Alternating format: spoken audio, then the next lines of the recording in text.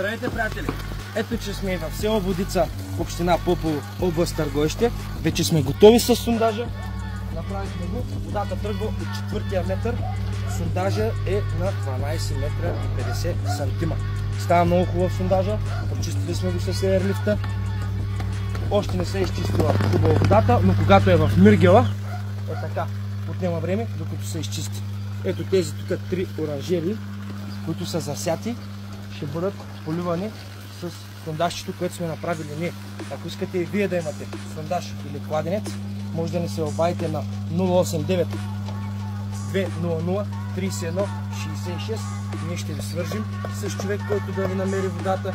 Ще дойдем, ще ви изкопаем кладенеца или сондажа и вие ще останете доволни, както всички останали. Благодаря ви и ви желая лек ден.